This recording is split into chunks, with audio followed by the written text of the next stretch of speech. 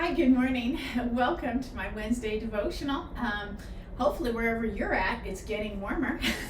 It's certainly getting sunnier here. I was trying to fix the curtains so you wouldn't see that glare, but you know, thankfully, we're headed towards spring. Yay! I love it. Spring is my favorite, especially the month of March. So we're coming up on March. We're going to get those cherry blossoms. Well, actually, cherry blossoms are going to be April 4th is what they're projecting for the DC cherry blossoms, which for us is downtown. That's where everyone comes in, and they usually have about 1 million visitors in DC, just downtown at the cherry blossoms. Just that one little area has 1 million people. So we tried that one year. Do not recommend that. But it was worth seeing those cherry blossoms. So, hopefully you'll be getting your flowers wherever you're at, right?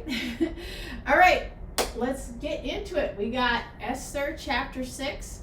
This week is verses 13 and 14, but as you know, I like to back it up.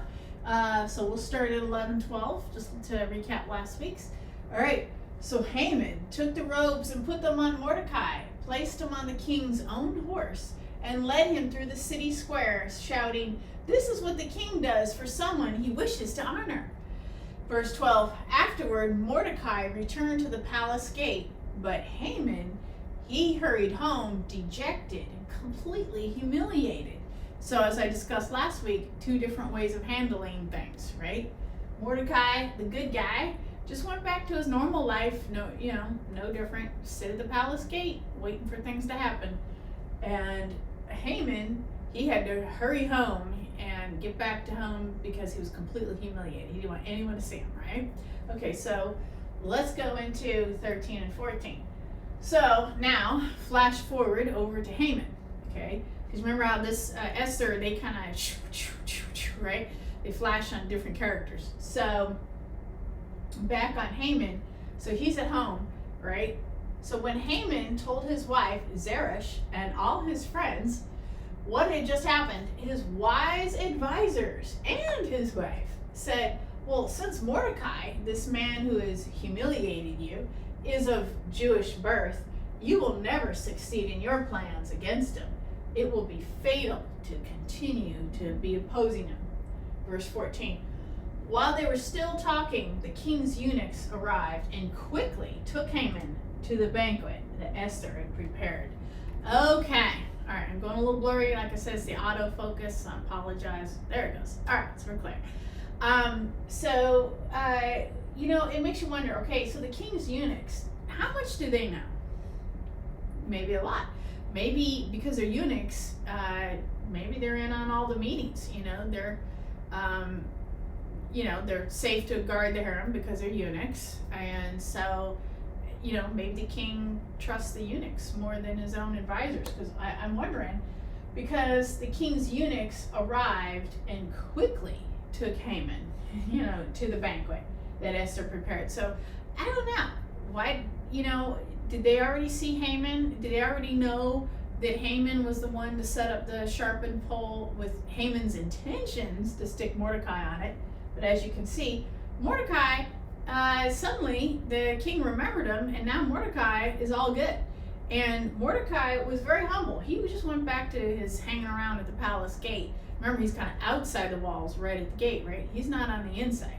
But he's not upset about it. He just says, all right, thanks for the honors, but I'll just go back to my regular life. He's not expecting, to be anything special. He just, Mordecai just assumed this is a one-time deal where he got to, ride the king's horse, just a little gift or something. No big deal. So he goes back to his palace gate. No problem.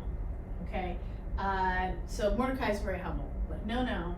Haman there, I just keep wondering because they arrived and quickly took Haman to the banquet. Let's just get this guy over to the banquet and let's get this thing over with. I don't know. I just wonder how much did they know? There's so many details that I wish the author here had gotten into. It's like I'd love to do more character digging of did the eunuchs know that Haman was on the wrong side of the fence? I'm sure he did, because Mordecai could not have been the only one that absolutely opposed Haman and his nonsense, right? Haman's, narcissistic behaviors, they usually don't go unnoticed, even though people aren't going to go to his face and say, hey, you're kind of, being kind of a twerp right now. No one's ever going to do that. Instead, they just work quietly, and in this case, work quickly. So that's my theory. As we know, Haman's not a very nice person, since he wants to go ahead and murder the entire Jewish population because he's upset by one person. That's highly insecure. A man with no confidence whatsoever.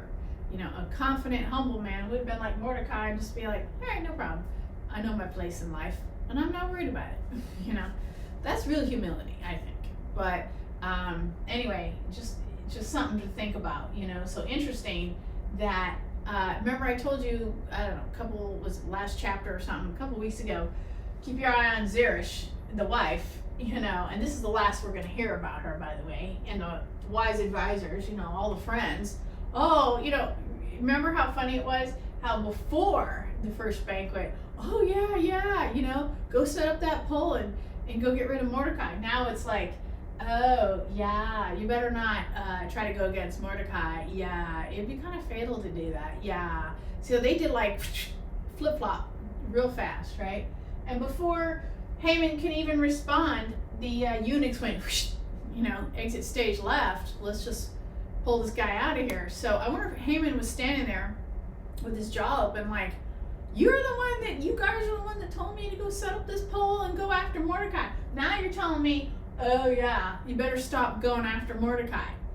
I wonder how much shock is registering in his head. His friends, his wife kind of went, oh yeah, whoops. Did a total 180 on him. And amazing how he was hanging around those kind of people. I mean, it just makes you wonder. No wonder Haman is all messed up. I mean, you got to find a little forgiveness of him. Like, yeah, he's hanging around a bunch of fake people. So maybe that's why Haman was fake. Birds of a feather flock together, right? So I don't know. Lots of things are starting to spin. I was telling you it's gonna get really good. So now Haman is being ushered out, and next week we'll see what happens.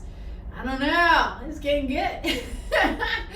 I guess the question is, have you ever seen someone, that wasn't behaving right? I'm trying to be nice here because, as Jesus always says, we gotta love our enemies. And love doesn't mean you have to like what they do, but you just have to be nice, be polite, show them God's love, which is just compassion and mercy, right? So we're trying to feel sorry for this guy, but you know what? I don't know. His days look numbered. Have you ever known anyone like that? Have you ever seen anyone who is just not quite acting right and suddenly things start to turn? And isn't that where we see God's hand? All right, so I can see that my camera is being a little fuzzy, so I will go ahead and end it here, but I thank you all for watching, and I hope to see you next week as this story continues to unfold. All right, thank you so much.